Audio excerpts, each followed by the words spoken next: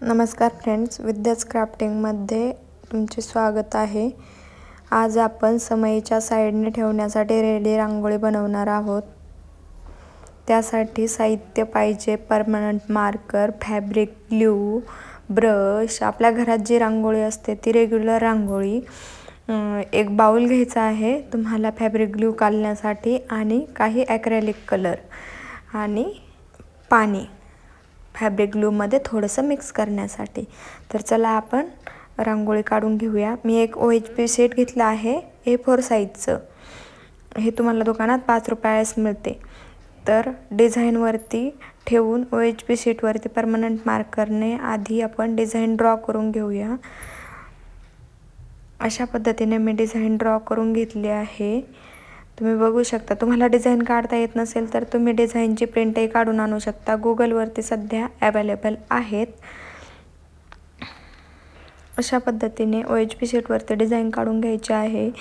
त्यानंतर एका बाउलमध्ये fabric glue घेऊन त्यात थोडंसं पाणी मिक्स करायचं आहे। जास्त नाही करायचं आहे तुम्हाला, थोडंसंच फर्स्ट लेयर देण्यासाठी थोडंसंच पाणी मिक्स करा, जेणेकरून रांगोळी व्यवस्थित चिटकली जाते। अशा पद्धतीने पाणी आणि फॅब्रिक ग्लू मिक्स करून घ्यायचा आणि डिझाईनवरती व्यवस्थित प्रॉपर पद्धतीने अप्लाय करायचा। यासाठी तुम्हाला 2-3 साईजचे ब्रश पाहिजेत। छोट्या डिझाईनसाठी एकदम छोट्या टोकाचा आणि मोठ्या डिझाईनसाठी असे मोठे मोठे ब्रश पाहिजेत। हे व्यवस्थित फॅब्रिक ग्लू अप्लाय करून घेतला आहे। तुम्ही बघू शकता एकदम प्रॉपर लावायचा आहे। तुम्हाला डिझाईनच्या बाहेर जाऊ द्यायचा नाहीये। अशा पद्धतीने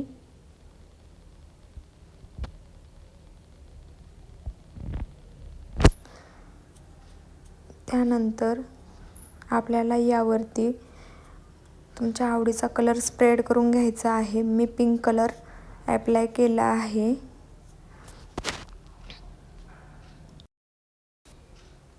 आपल्या घरात जी रेग्युलर रांगोळी असते तीच यूज करायची आहे।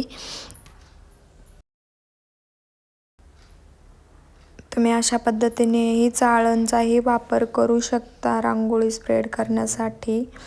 त्यानंतर आपल्याला एक्स्ट्रा रांगोळी साईडला काढून घ्यायची आहे। अशा पद्धतीने एक्स्ट्रा रांगोळी साईडला काढून घ्यायची आहे। त्यानंतर पुन्हा सगळे पार्ट कंप्लीट करून घ्यायचे आहेत। तुम्हाला प्रत्येक वेळी एक किंवा 2-2 साईड असेच पार्ट कंप्लीट करायचे आहेत। त्यामुळे रांगोळी व्यवस्थित चिटकली जाते आणि कलरही मिक्स होत नाहीत। तुम्ही बघू शकता मी सगळे फ्लावर पिंक कलर देऊन घेतला आहे। त्यानंतर आपल्याला सगळ्या पानांना ग्रीन कलर द्यायचा आहे।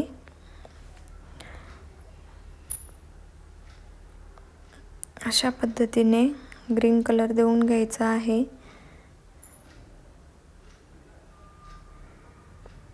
ही रांगोळी जर तुम्ही फॅब्रिक ग्लू यूज केला तर खूप दिवस टिकते। फेविकॉल जर यूज केला तर रांगोळीचे तुकडे पडतात। त्यामुळे फॅब्रिक ग्लूच यूज करा। ही रांगोळी खूप दिवस टिकते। अशा पद्धतीने काही बोलतात की ही रांगोळी वॉशेबल असते, पण ही रांगोळी वॉशेबल नसते। जर तुम्ही पाण्यात धुतली, जास्त दाब देऊन जर धुतली तर हे कलर निघून येतात। त्यामुळे पाण्यात यूज करायचा नाही। अशा पद्धतीने ग्रीन कलर लीव्सला देऊन झाला आहे। येथे मी येलो कलर देत आहे। तुम्ही बघू शकता। अशा गुगलवरती खूप साऱ्या समईच्या साईडने ठेवण्यासाठी रांगोळ्या आहेत, तर तुम्ही तिथून घेऊन प्रिंट काढून आणू शकता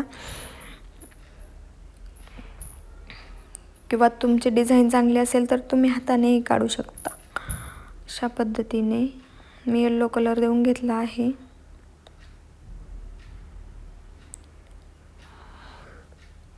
त्यानंतर आपल्याला सेकंड लेयर देऊन घ्यायचा आहे। फॅब्रिक ग्लू लावून घ्यायचा पुन्हा फ्लावरला। अशा पद्धतीने व्यवस्थित फर्स्ट लेयर सुकल्यानंतरच आपल्याला सेकंड लेयर द्यायचा आहे. 2 तास रांगोळी सुकत ठेवायची. ती सुकल्यानंतर आपल्याला सेकंड लेयर द्यायचा, कारण की सुकली नाही तर फर्स्ट लेयर निघून येतो. अशा पद्धतीने व्यवस्थित आपल्याला सेकंड लेयर देऊन घ्यायचा आहे. तुम्हाला आवडल्यास तुम्ही शेडिंगमध्ये हे बनवू शकता. मी अशा साईडने फेंट आणि मध्ये डार्क पिंक यूज केला आहे.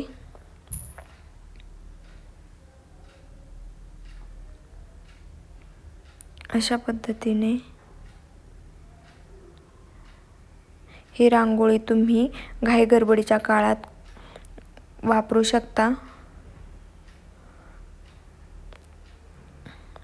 अगदी 2 मिनिटात दरवाजात ठेवून खूप सुंदर दिसते.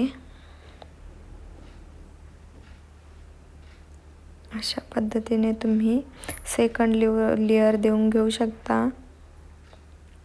सेकंड लेयर दिल्याने रांगोळीला फिनिशिंग खूप सुंदर येते, कारण की फर्स्ट लेयरमध्ये काही ठिकाणी जर तुमचा रांगोळी चिटकवायची राहिली असेल तर ती सेकंड लेयरमध्ये व्यवस्थित चिटकून जाते.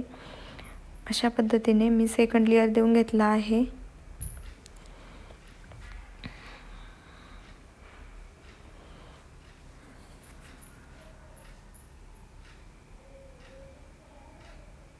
तुम्ही अशा रेडी रांगोळीमध्ये पाटाच्या साईडने ठेवण्यासाठी किंवा देवघरासमोर ठेवण्यासाठी अशा वेगवेगळ्या प्रकारच्या रांगोळ्या बनवू शकता. त्यानंतर मी फॅब्रिक ॲक्रेलिक कलर घेतला आहे पिंक कलरचा. त्याने फ्लावरला बॉर्डर करून घेत आहे. बॉर्डर केल्यानंतर फ्लावर खूप सुंदर असे दिसतात, तुम्ही बघू शकता.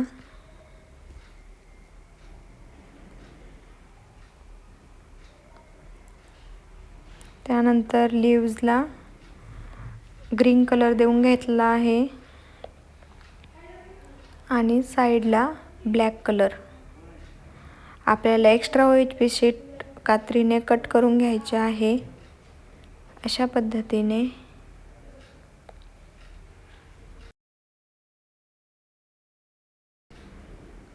तर झाली आपली समईच्या साईडने ठेवण्यासाठी रेडी रांगोळी तयार.